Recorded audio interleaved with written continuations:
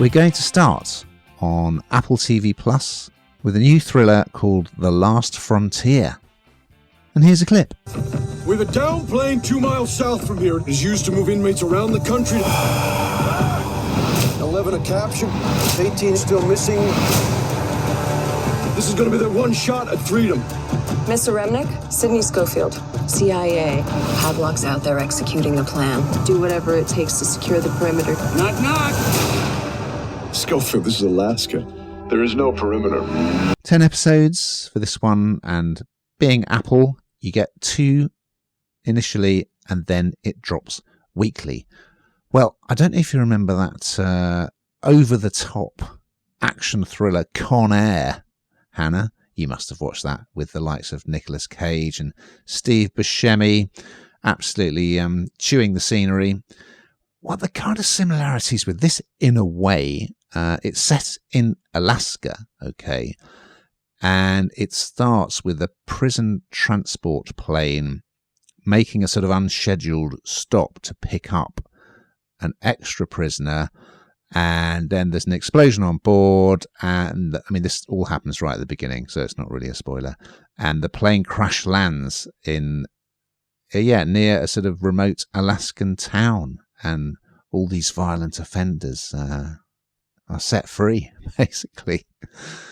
So the local law enforcement is US Marshal Frank Remnick, played by Jason Clarke. He spots the wreck of the plane from a helicopter, and they go to investigate. And I'm not going to tell you what happens, but there's the most fantastic action set piece at the crash site. It's superb. And then you have Haley Bennett plays this CIA agent called Sidney Schofield, who arrives on the scene and is trying to kind of take over the investigation. Clearly the stuff that the CIA wants to keep under wraps, there's something about this whole operation that was a bit dodgy or top secret. And it relates to this particularly dangerous fugitive known as Havelock. And there's a really good twist relating to Havelock in episode 1. I didn't see it coming. It's really nicely done. So look out as well for our own Dominic Cooper is in this. You've got Simone Kessel, plays Frank's wife, Sarah, who, it kind of is a spoiler. Well, she's going to, let's just say she ends up in harm's way. The CIA powers that be just think of Frank as some kind of, just local sort of hick. He doesn't really know what he's doing, but he's actually quite handy. And there's this tension between him, trying to protect the community and also his nearest and dearest, and these CIA types who think that they just want to take over. So it's very exciting. It's thrilling. Obviously you have to suspend your disbelief a tad, but it's a great setup. You've also got Alfre Woodard as the CIA boss, Bradford. So it's great. It's a real thrill ride. I also think the characters are pretty good and the acting's decent. So, nice bit of escapism with lots of thrills and spills. What did you think, Hannah? I honestly, wow, is really the word for me. I think this feeds every fear I have in one place, to be honest with you. I don't particularly like flying, although, of course, I do it because I like to go on holiday. But first of all, there's an incident in the air, and that kind of plays on that fear that I have.